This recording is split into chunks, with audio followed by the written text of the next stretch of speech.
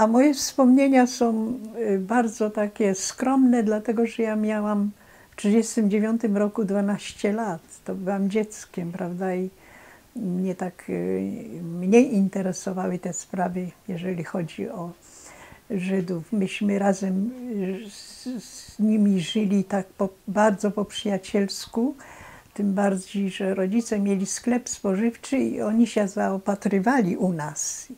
I przez to mama była bardzo lubiana przez kobiety żydowskie.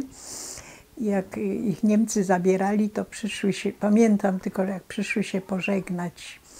I nie mogę zapomnieć, nie mogę jeszcze tego przeżyć, że takie małe dzieci miały na rękach, że myśmy nie wiedzieli po prostu, gdzie oni ich zabierają. I mama do nas mówiła, nie martwcie się.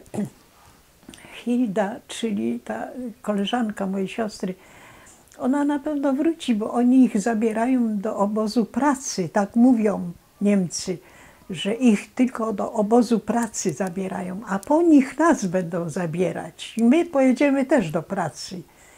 Więc, a to było takie bardzo ta chwila, pamiętam, była taka wzruszająca i te malutkie dzieci na rękach, nikt z nich nie wrócił przecież.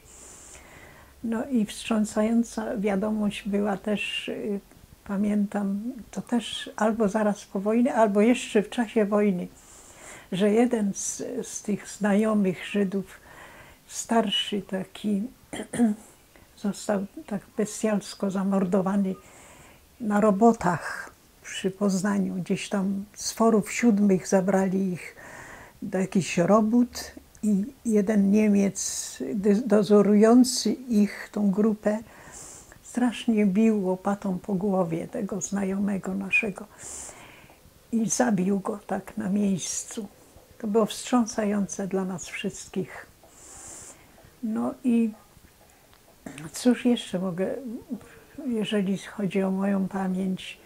No jak wyglądała społeczność żydowska przed wojną w Kurniku? Była synagoga, tak? Bo tutaj właśnie na tym obrazie jest, tak pani namalowała synagogę z Kurnika, której tak, już oni mieli ma. zaraz tutaj przy naszym domu, przy naszym mieszkaniu. To się tak wchodziło tym wąskim przejściem, które teraz jest nazwane Ucho Igielne, jest zamknięte i zabezpieczone, bo tam są resztki tych macew pozbieranych i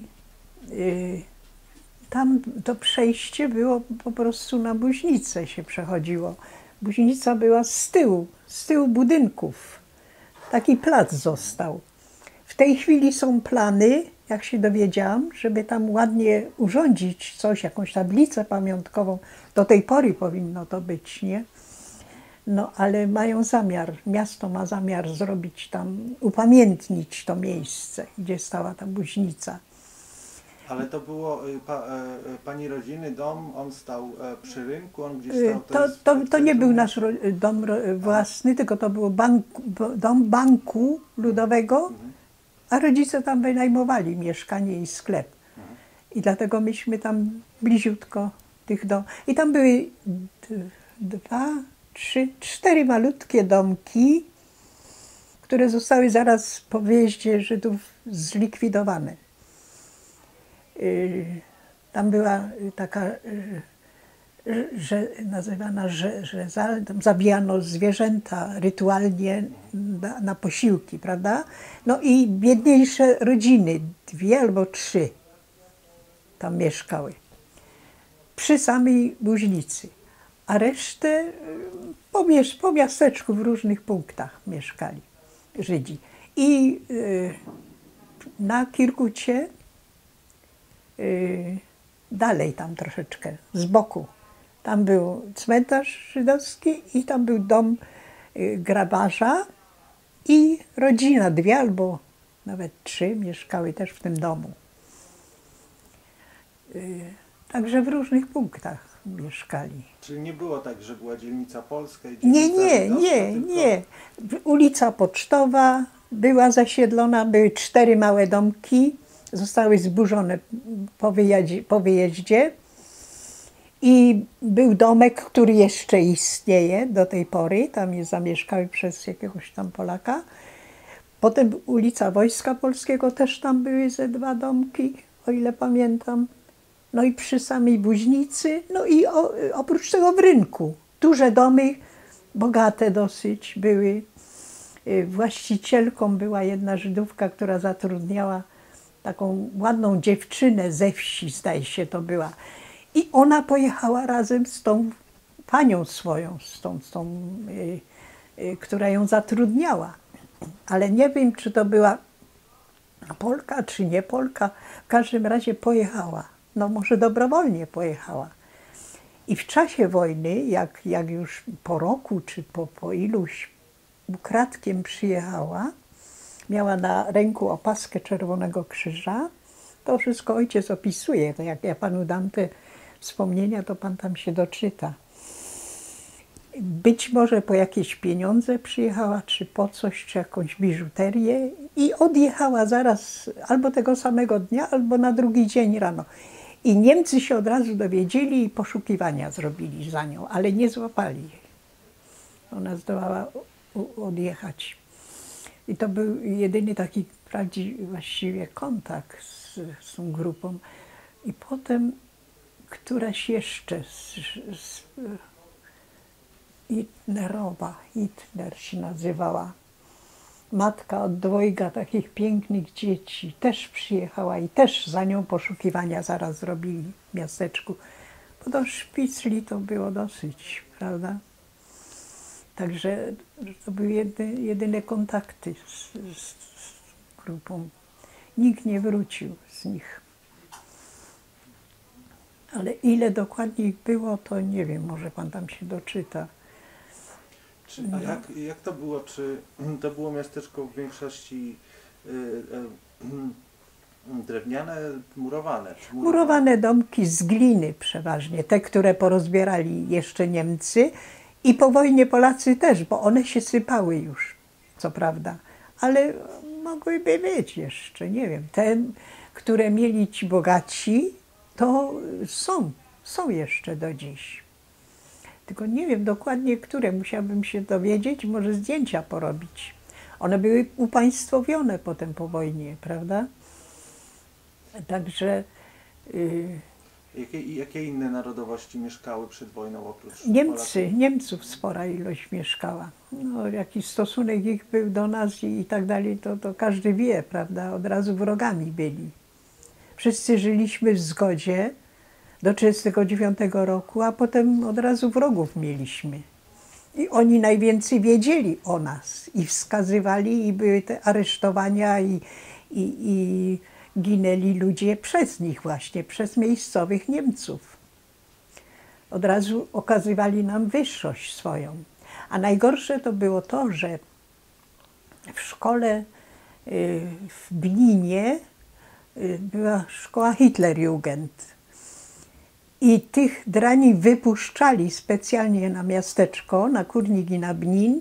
I oni jeszcze jak Żydzi byli, to bili starsze Żydówki. Jedną naszą taką Żeni było imię. Pobili za to, że nie powiedziała Hitler, nie powiedziała Heil Hitler. Takie pozdrowienie ich, nie? Więc pobili ją. To była taka nasza ulubiona też sąsiadka tam.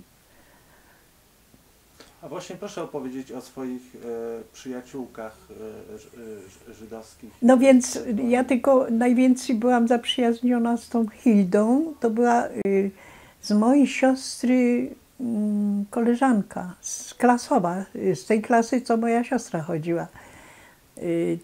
I ona w soboty na przykład, oni mieli ten swój szabas, czy jak to się mówi, nie? Tak. Szabas.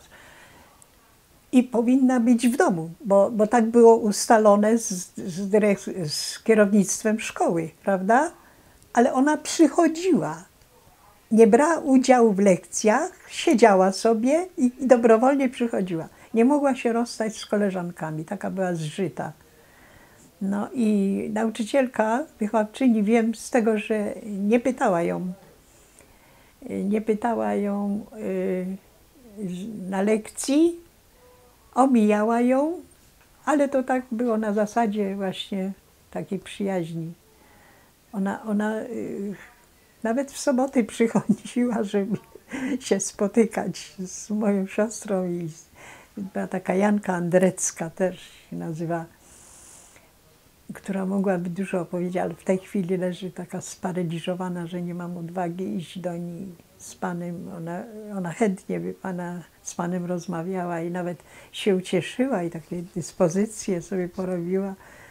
No ale w tej chwili zachorowała ciężko i musimy zrezygnować z tego. Bo wspominała pani, że została zaproszona na wesele, tak? Żydowskie.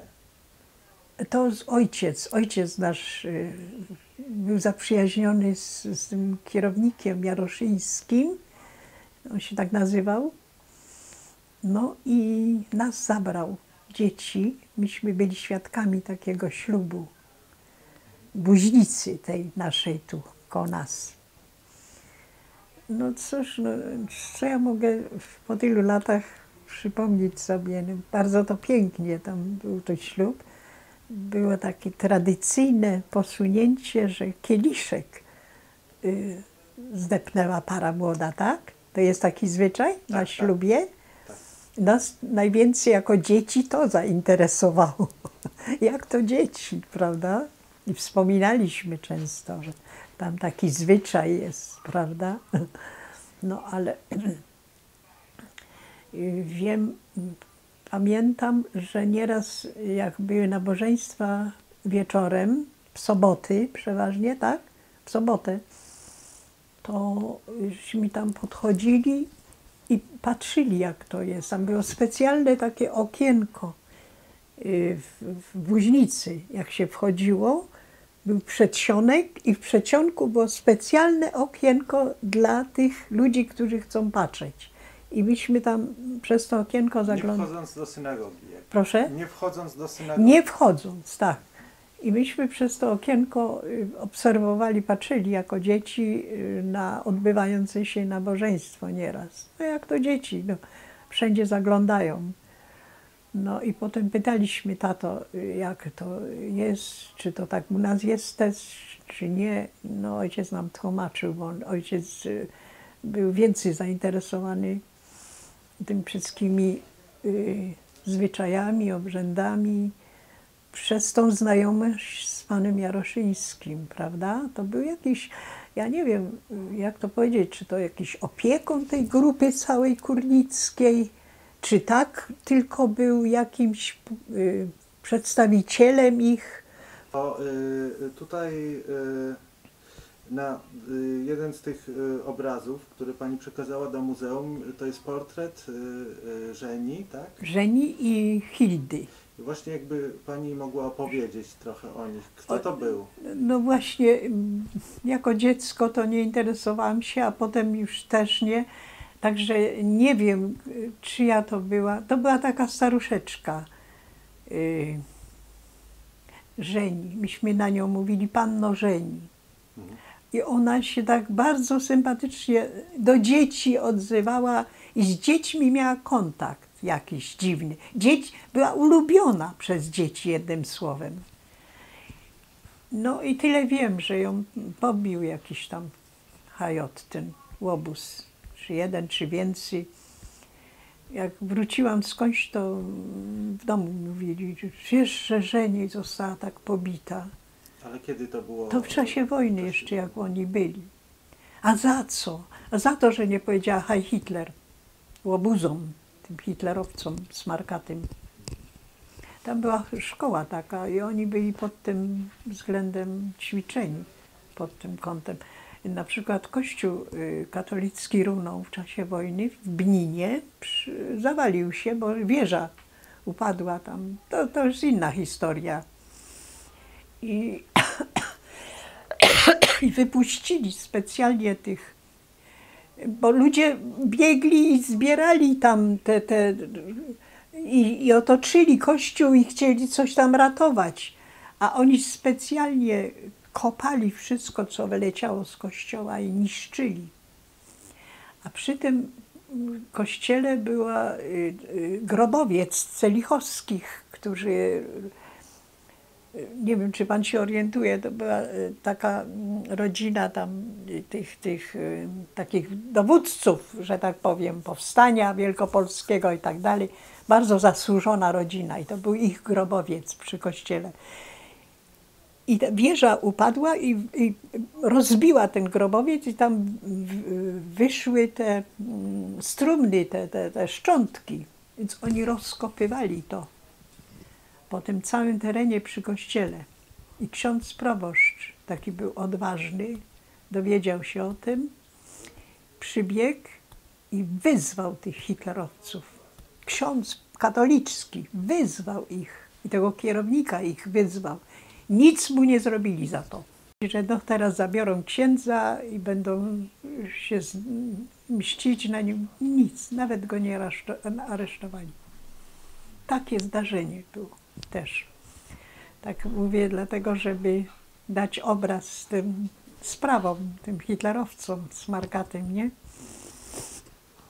A jeśli chodzi o Hildę, ten drugi portret? No więcej nic nie mogę jakoś powiedzieć o niej, bo tym, że była koleżanka, ale co zapamiętałam, że ona była bardzo skromniutka i zawsze była taka smutna. Nie wiem, czy mi się to zdaje po tylu latach, ale jak pamięcią sięgam, to zawsze te oczy takie miała smutne i taka była bardzo skromna i smutna. Nie wiem, czy przeczuwała ten swój los, czy dlaczego taka była smutna Hilda. Ale była ulubiona, taka lubiana przez koleżanki mojej siostry. W ogóle była w klasie lubiana. Już sam fakt, że ona w soboty wszystkie przychodziła. Pomimo to, że nie brała udziału w lekcji. A nauczyciele tak ją tolerowali, bo wiedzieli, że ona ma święto i nie pytali o niej. A jednak przychodziła wciąż, prawda? Nie mogła jakoś tak się rozstać. A czy jeśli chodzi właśnie, skąd się wzięła pani pasja malarska? Moja? Tak. Nie wiem, nie pamiętam, jak to się stało. Miałam taką wspaniałą nauczycielkę, która to była staruszeczka. I ja przyszłam, sąsiadka moja, ale już jak mieszkałam w Poznaniu. I przychodziłam do niej, to była malarka z prawdziwego zdarzenia. I ja pod pachą przynosiłam rysunki szkolne, dziecięce, rozkładałam przed nią i radziłam się. Rozmawiałyśmy na temat tych uczniów i ona interesowała się tym szczególnie dlatego, że ja uczyłam jakiś czas w szkole specjalnej dla dzieci chorych, prawda? Upośledzonych, chorych. I tym bardziej, ojej, przepraszam, tym bardziej, że ona mi dawała wskazówki, jak mam podchodzić do tych chorych dzieci. I tak się zaczęło.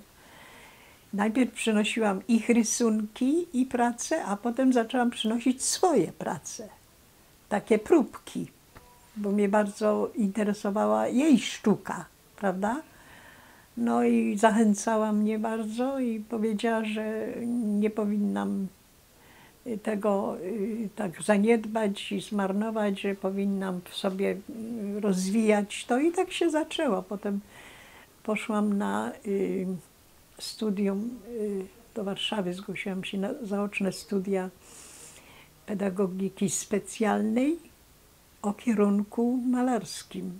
No i skończyłam ten instytut i tak potem już na wcześniejszą emeryturę poszłam, żeby mieć czas, no i tak zaczęłam malować. Do tej pory prawie 2000 mam za sobą prac swoich własnych. No, wystawy miałam w Poznaniu, w Górniku, gdzie to jeszcze w Krotoszynie, bo tam moja siostra mieszka, gdzieś tam w Becherowie. No i teraz już coraz mniej maluję, bo już choruję trochę Nie mam tak kontaktów. Podrywałam wszystkie kontakty takie tam ze stowarzyszeniem takim malarskim, bo już nie mam ochoty i nie mam siły. No ale w planie mam jeszcze coś takich. Na przykład te dwa obrazy zrobiłam tak ze zdjęć mojego ojca, który pojechał i tam zrobił miejsca walki powstańczej w Zwąszyniu, pod Zwąszyniem. Bo tam zginął brat jego, stryj nasz. No tylko nie wiemy dokładnie w którym miejscu. No więc ojciec zrobił dwa miejsca. Jedno z tych jest miejscem śmierci właśnie jego brata. Bo te portrety Żeni i Hildy to z pamięci pani malowała? Nie, to nie. Jeden z pamięci, że tak wyglądała, a drugi Hildy ze zdjęcia klasowego. Jak jest grupowe zdjęcie klasowe. I w tej chwili nie mogę panu pokazać, bo zginęło mi gdzieś to zdjęcie. Nie wiem, co się stało z nim. I ja wykadrowałam ją po prostu z tej grupy, bo to maleńkie było, prawda? Wykadrowałam u fotografa, on zrobił mi powiększenie i z tego zrobiłam portrecik Hildy, a ta Żeni z pamięci. Tak jak pamiętałam ją. W tym fartuszku, tak jak zrobiłam, w takich ciapach chodziła, w takich butach, takich zimowych, w lecie też w tych zimowych. To była staruszeczka już, ona tam chyba nie pamięta, nie wiedziała, co zakłada na siebie. Ale była bardzo kochana, bardzo lubiana przez dzieci. Po prostu za nią nieraz szli i mówili, z nią rozmawiały te dzieci, jak pamiętam. Ona tak się zniżała do ich poziomu, może sama już trochę zdziwaczała była, albo jak to myśleć, kochana była bardzo. Ja ze wzruszeniem muszę opowiadać o niej, bo ona naprawdę była taka dobra dla wszystkich, uprzejma, każdemu odpowiadała. Jak ktoś pytał, wszystkim cierpliwie odpowiadała. No i tak, to byli sąsiedzi, dobrzy. A czy ten obraz tej synagogi to też pani z pamięci? To mam ze zdjęcia. Ja dziś mam tu zdjęcia, to panu mogę nawet ofiarować. Nie wiem, czy tutaj. Może tam w teczce to potem panu ofiaruję. Gdzieś przekażę. Jakieś inne obrazy też dotyczące Kurnika pani namalowała? O, Kurnik tak, bo ja w Kurniku miałam wystawę, to ja robiłam z parku, bo tam jest dendrologia, park piękny, szkółki doświadczalne. To ja tam te strony znam, dlatego że jak miałam 13 lat, a od 13 lat brali nas do roboty, porówno z robotnikami, z mężczyznami, po 10-12 godzin pracowaliśmy, a chętnie nas ojciec zgłosił, mnie i siostry, żeby uchronić od wywózki do Niemiec, nie? Bo wywozili do roboty do Niemiec. No więc, żeby nas uchronić, to prędko nas zgłosił tam do tych ogrodów kurnickich i w ten sposób zostaliśmy na miejscu. Nie zostałyśmy wywiezione nigdzie tam do roboty żadnej. A koleżanki, 2 czy 3, poszły na miejscu do pracy do niemieckich rodzin, dzieci bawić. To były traktowane okropnie. Na przykład jedna koleżanka to pracowała w kuchni w rodzinie niemieckiej i pomagała przy dzieciach małych. Nic jeść nie dostała przez cały dzień. No i przychodziła do domu wieczorem i dopiero zjadała. Tam babcia ją karmiła. I tej babci się już sprzykrzyło i powiedziała: słuchaj dziecko, ja nie mam z czego cię już karmić. Jak to jest? Ty pracujesz i nie dadzą ci jeść. I uciekła z domu od tej babci. Przyszła pieszo do Poznania, 20 czy 30 kilometrów tu jest. I odszukała matkę swoją i matka ją gdzieś tam umieściła gdzieś tam na lotnisku, przy wojsku pracowała w kuchni, ją tam gdzieś umieściła i do końca wojny była z matką. A jak się układały relacje polsko-niemieckie przed wojną? Przed wojną tak żyliśmy jak normalnie, jak z sąsiadami. Nie było tam różnic takich. A z chwilą, kiedy się wojna zaczęła, to od razu wrogami zostaliśmy. Oni nas traktowali jak takie bydło, tylko do roboty. I proszę sobie wyobrazić, myśmy pracowali, jak ja zawsze mówię, od ciemka do ciemka. 10, 12 godzin, nie 8 godzin czy tam 7, po 12 godzin, a jak ktoś tam zawinił, to jeszcze niedzielę, za niedzielę w ogóle nie płacili. I tak groszami płacili, ale za niedzielę to za karę. Że ktoś coś tam powiedział, czy nie wiem za jaką winę, wszyscy do roboty w niedzielę od rana do wieczora. Ale taki też był stosunek, się zmienił stosunek właśnie lokalnych, miejscowych Niemców? Odsunęli się od nas i nie byli. Byliśmy, to znaczy jak wrogów nas traktowali. Nie jak sąsiadów, przyjaciół, jak wrogów. A czym się Niemcy zajmowali przed wojną? No oni przed wojną mieli tu jakieś swoje sklepy, majątki. Nie wiem dokładnie, czym oni się zajmowali. A jakiś przemysł w Kurniku był? Proszę? Jakiś przemysł czy warsztat? Nie, jakiś? w Kurniku nie. Tam nie było nic, tylko był handel. Handel, bo dużo z wiosek przyjeżdżało zaopatrywać się. To się rozwijał handel. No i urzędników trochę było no i rolnictwem też. Rolnictwem, ogrody mieli ludzie, ale tak nie było żadnego przemysłu tam, ani zakładu, ani fabryki.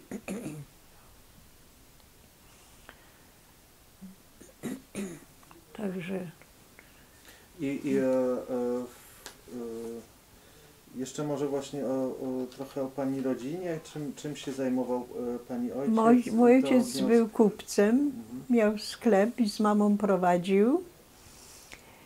No i miał trochę oszczędności, pieniędzy i chciał kupić. W 1939 roku chciał kupić jakiś dom, bo oni mieszkali i komorne musieli płacić dla banku, nie? W bankowym budynku. No i nie zdążył, po prostu no jak to powiedzieć, nie odpowiadało mu wszystko inne, co tam kto miał do sprzedaży. On chciał kupić dom mieszkalny ze sklepem razem. Ja taki się nie trafiał w Kurniku i tak się rozglądał nawet po wioskach i jakoś tak po prostu wyrzucali sobie rodzice i pieniądze wszystkie przepadły. Dużo miał pieniędzy uskładanych. Nie wiem ile dokładnie, ale mama zawsze mówiła, no starczyłoby nam na dom. Piękny, duży, ładny dom. No i nie kupili. Pieniądze przepadły wszystkie. A pani mama miała jakieś wykształcenie? Mama nie miała wykształcenia, tylko była po kursie krawieckim, a ojciec miał niemiecką szkołę skończoną. Nie wiem, czy jakąś taką średnią chyba nawet miał, ale nie całą. On, bo to były zabory, prawda? Jak w czasie zaborów, no to niemieckie szkoły tylko były. I jakoś tam miał, coś tam z handlem miał wspólnego, ale ile klas miał, matury nie miał. Ale ile klas, to już tam nie pamiętam. Nigdy mnie to nie interesowało zresztą, nie? A szkoda, bo jednak świetnie po niemiecku mówił, dlatego że wciąż czytał.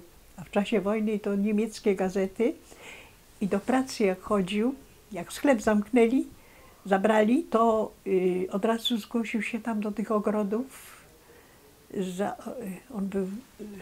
on był, zawsze podawał jako zawód ogrodnik, bo on w takich ogrodnictwach dużych, nawet w Niemczech był na szkoleniu gdzieś tam.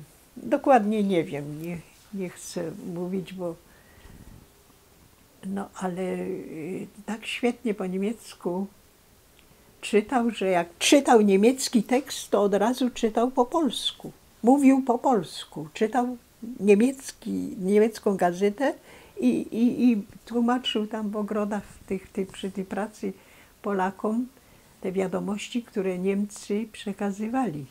I oni się pocieszali, zwłaszcza jak się cofali od wschodu, prawda? To wtedy była ogromnie wielka radość, jak musieli się cofać i przybliżali się coraz więcej tym frontem do naszej strony, nie? No jemu mam do zawdzięczenia to, że ja w czasie frontu, przed frontem, krótko, pojechałam do krewnych do Poznania, z Kurnika do Poznania i nie mogłam się potem do domu dostać. I cały front przeżywałam w Poznaniu. I ojciec przyszedł pieszo. Jeszcze w czasie frontu, jeszcze Cytadela się broniła, przyszedł pieszo do krewnych, tam gdzie ja byłam, zobaczyć tylko, czy ja żyję. I jak wszedł, to pierwsze słowa, czy Terenia żyje, do tej ciotki mojej. Żyje, a ona żyje, jest, zaraz przyjdzie. No i mówi, jeszcze cię nie mogę zabrać do domu, bo jeszcze front jest i rosyjscy żołnierze się źle zachowują w stosunku do dziewczyn. To mówi, drugi raz, może się już ustali droga, może będzie spokój większy, jak drugi raz przyjdę pieszo, bo nie było żadnej komunikacji, to cię zabiorę. No i faktycznie za jakiś tydzień przyszedł znów pieszo i tym razem mnie zabrał. I ja z nim pieszo szłam. Po drodze żeśmy w redakcji kupili pierwsze polskie gazety. Głos Wielkopolski taki wychodził. Pierwsze numery. I na plecach wziąłam porcję tych gazet, ojciec też, i tak z tymi gazetami 20 kilometrów szliśmy do Kurnika. A w Kurniku ludzie się zorientowali od razu i nam rozchwycali te wszystkie gazety. Jak weszliśmy do mieszkania, to nie mieliśmy już ani jednej gazety. Był Głos Wielkopolski, pierwsze numery. To pamiętam takie chwile. A czy jacyś Żydzi wrócili po wojnie do Kurnika? Nikt do Kurnika nie wrócił, ani jedna osoba. Dopiero wtedy nam się oczy otwarły, że już w czasie wojny, co oni zrobili z Żydami. I nas mieli potem brać. Żeby była wojna dłużej, albo żeby oni zostali, to by nas wykończyli na pewno. Bo potem się w Kurniku wykryła taka organizacja, teraz jak to się nazywało, Dla Ciebie Polsko, takie gazetki wydawali. No i to się wykryło, ktoś zdradził i wszystkich tych redaktorów i tam tych pośredników i gońców i tak dalej wychwytali i w obozach zginęli. Bardzo dużo zginęło wtedy przez wykrycie tej gazetki, tej redakcji. W lesie pod Kurnikiem mieli redakcję swoją. Wszystkich wyłapali, a przecież ojciec też dostawał. Że nas jakoś uchroniło to, myślę, że uchroniło to, że ci, którzy zostali zabrani, liczyli się z tym, że ojciec ma dużo dzieci, bo 6 nas było w domu, 6. I zawsze się mówiło, że tam jest dużo dzieci, tam trzeba oszczędzać tą rodzinę. Takie mam wrażenie, że przez to może nikt nie wydał, że ojciec też był tam takim pośrednikiem w przekazywaniu tej gazetki. Taki, jak to się nazywa, taka Dla Ciebie Polsko, czy coś takiego. A właśnie, jakby Pani też opowiedziała o swoim rodzeństwie. No, rodzeństwo moje, już trójka nie żyje. Ja zostałam tylko z siostrą i jeden brat najmłodszy. A trójka już nie żyje. Jak się nazywali? Proszę? Jak się nazywają? Moja siostra najstarsza, to koleżanka Hildy, Krystyna. Potem ja byłam bliźniaczką z siostrą Marią. Ona zmarła po wojnie. W którym roku, już nie pamiętam, to był rok 60 chyba, któryś. Potem ja byłam, no i siostra jeszcze żyje, jedna w Krotoszynie. Jeden brat zmarł, który objął po rodzicach domostwo, zmarł i potem, no tak, i to ta trójka poszła, a troje nas dostało, jeszcze żyje. Ale ktoś, czyli ktoś z rodziny mieszka w Kurniku dalej? Bratowa mieszka z córką. Córka już ma rodzinę, także ona po bracie ma domostwo rodziców. Rodzice wybudowali, jeszcze zdążyli przed zamknięciem sklepu swojego, bo nam zlikwidowali w którym to roku. Najpierw podatkami wykańczali, a potem nie dali już zezwolenia na prowadzenie dalsze. To był rok 60, który to był rok? 56. Musiałabym według dokumentów ustalić, nie? No to rodzice potem zdążyli tylko zamieszkać, wybudowali sobie domek mały na własnym kawałku ziemi. A ten kawałek ziemi to myśmy zawsze się śmiali, że mama w posagu dostała, ale to właściwie nie wiem, czy kupili, czy dostali chyba od swoich rodziców, matka dostała. To nie zdążyli wykończyć. Jeden piec tylko był, kuchnia, wodę się z pompy przynosiło, ze studni. No i zimno było, bo tam jeden piec tylko grzał. Ja tam z początku mieszkałam z rodzicami, z mężem i dwójkę dzieci miałam. I nam było trochę tam ciasno. No, potem się starałam z mężem w Poznaniu o jakieś mieszkanie. Mieszkałam bardzo licho na takim poddaszu, na strychu u kogoś prywatnie. Też było nie wesoło.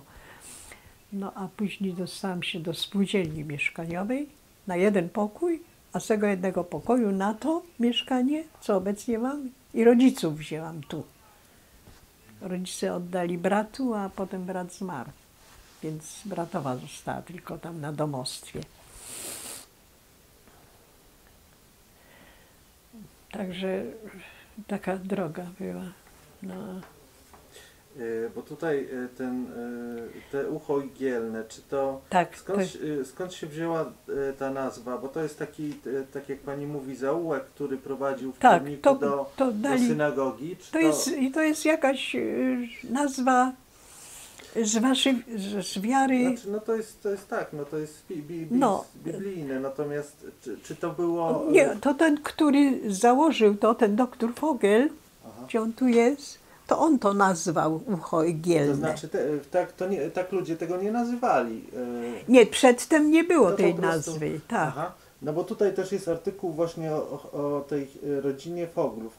Kto to był? Tak, to był doktor, historyk, archeolog, wspaniały człowiek, mój dawniejszy uczeń, można powiedzieć. Chociaż ja go tam nie uczyłam w mojej klasie, ale on był w tej szkole, co ja uczyłam w Kurniku. W Kurniku uczyłam 2 lata, a potem przeszłam do Poznania. On wtedy był gdzieś w 4. klasie, małym chłopcem. I potem się dowiedziałam, że w Bninie, Bnin jest przy Kurniku, ta miejscowość, że tam wykopaliska robił jako chyba dyplomową pracę to wykonywał tam czy coś. I on się zajął i pamiątki pożydowskie zbierał I zaczął, jak zamknął to przejście, to tam złożył w tym te macewy. Zaraz, nie ma, to tu jest on. On jest w tym uchu igielnym z tymi macewami. I to są macewy z cmentarza żydowskiego? Z cmentarza, który był zlikwidowany jeszcze zaraz na początku po wywiezieniu Żydów.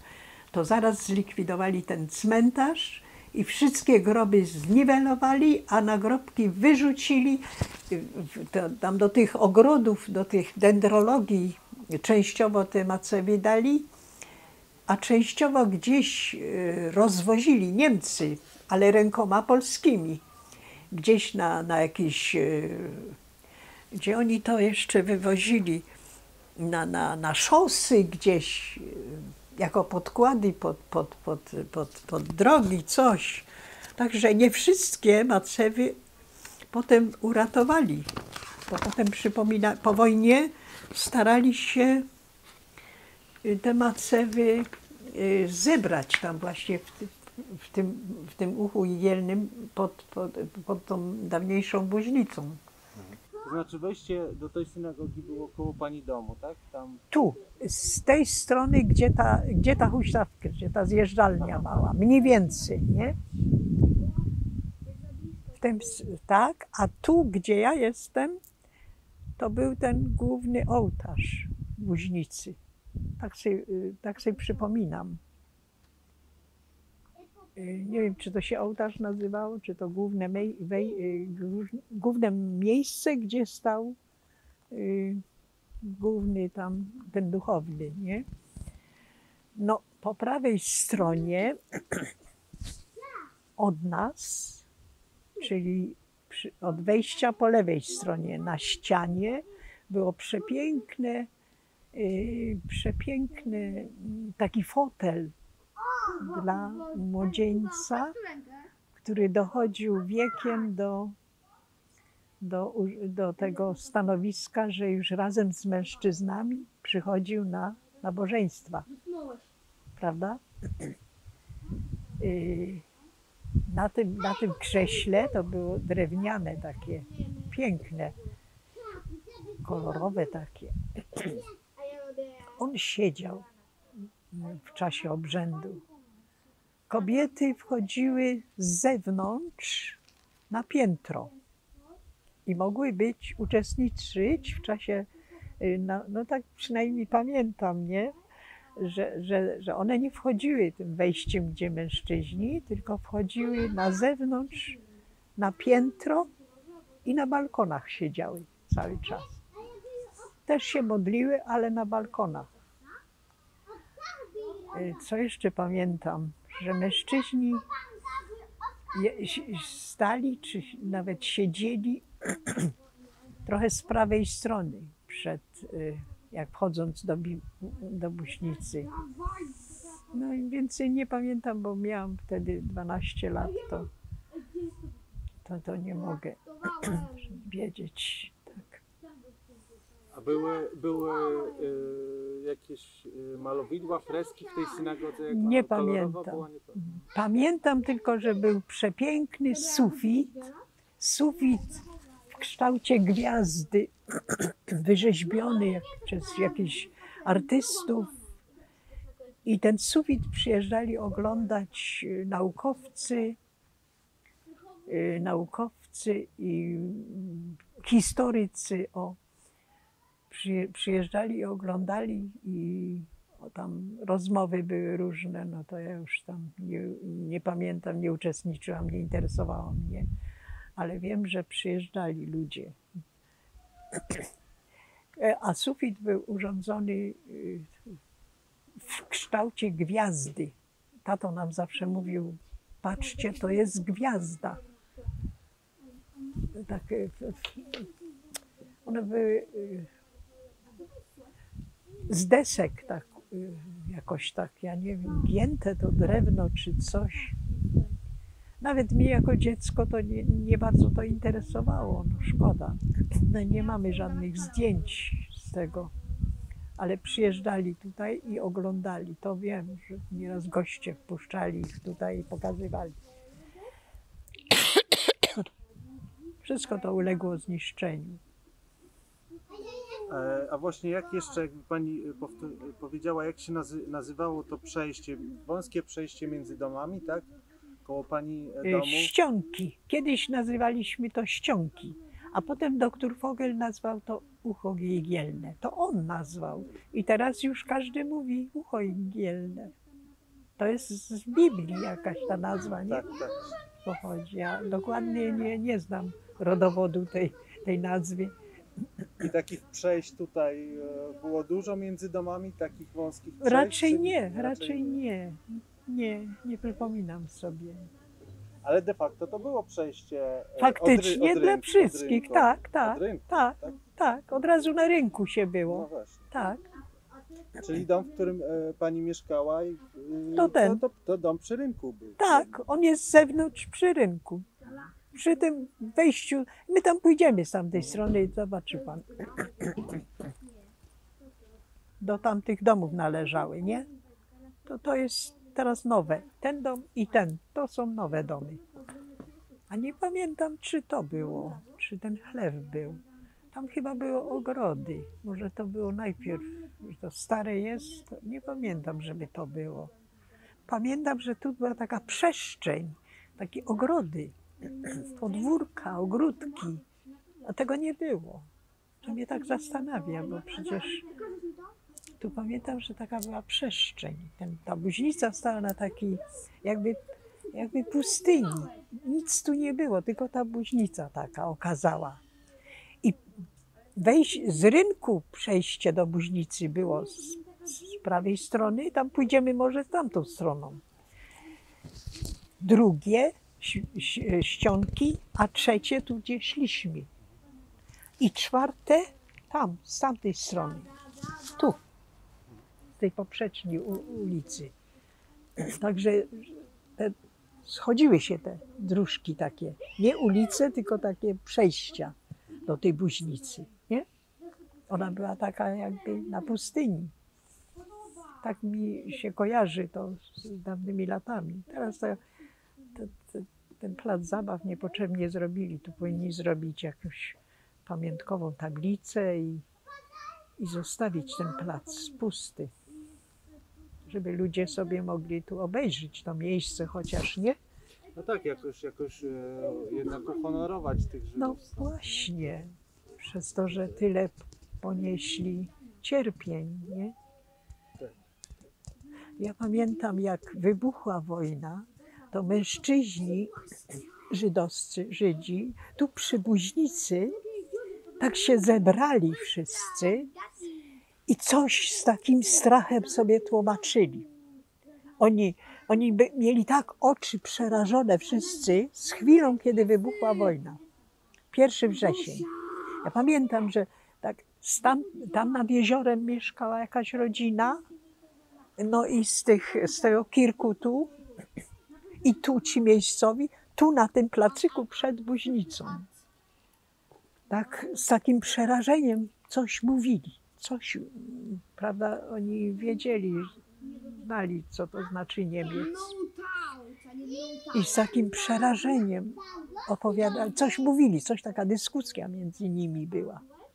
Z chwilą, kiedy wybuchła wojna, to ten moment pierwszy, nie? My jak dzieci to zawsze się kręciliśmy wszędzie tutaj właśnie w tym terenie. A jak pani pamięta wybuch pierwszy wojny? Ja jechałam od krewnych ze wsi do Kurnika. Wracaliśmy już z wakacji, bo wakacje były przedłużone wtedy o kilka dni, o 10 dni zdaje się, że nie, nauka w szkole nie rozpoczyna się 1 września, tylko 10. Ogłosili, że są przedłużone wakacje i 10 września ma być dopiero wznowiony rok szkolny. I myśmy jechali dosłownie 1 września ze wsi do Kurnika, wiózł nas wujek.